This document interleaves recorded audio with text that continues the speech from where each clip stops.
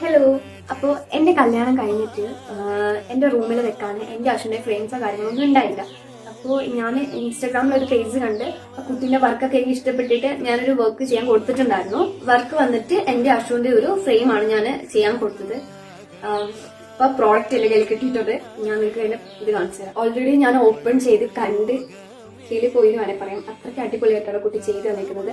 ഞാൻ അയച്ച ഫോട്ടോയാണെങ്കിൽ അതിൻ്റെ ക്ലിയർ ഒന്നും പറയണ്ട, അത്രയ്ക്ക് അടിപൊളിയായിട്ട് കുട്ടി ചെയ്ത് തന്നിട്ടുണ്ട്.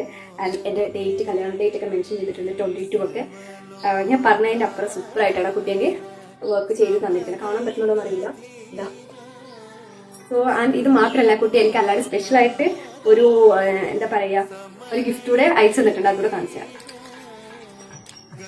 ഈ ഒരു ക്യൂട്ട് ആയിട്ടുള്ള ഇത്രയും എൻ്റെ അശ്വിൻ്റെ ഫോട്ടോസാണ് ആ കുട്ടി എനിക്ക് അല്ലാണ്ട് അയച്ചിരിക്കുന്നത്. എനിക്കിതൊക്കെ കാണുമ്പോൾ ഭയങ്കരമായിട്ട് ഹാപ്പിയായി. കാരണം എൻ്റെ കയ്യിൽ എനിക്ക് ഫസ്റ്റ് ടൈം ഇങ്ങനത്തെ കിട്ടുന്നതൊക്കെ തരും. അപ്പം നിങ്ങൾക്കും ഇതേപോലെ ക്ലിയർ ആയിട്ടുള്ള ഫോട്ടോ ഫ്രെയിംസ് ഒക്കെ വേണം, ഇതേപോലെ ക്യൂട്ട് ആയിട്ടുള്ള ഗിഫ്റ്റ് ഒക്കെ കൊടുക്കണം എന്ന് ആഗ്രഹം ഉണ്ടെങ്കിൽ താഴെ ഞാൻ ആ കുട്ടീനെ മെൻഷൻ ചെയ്യാം.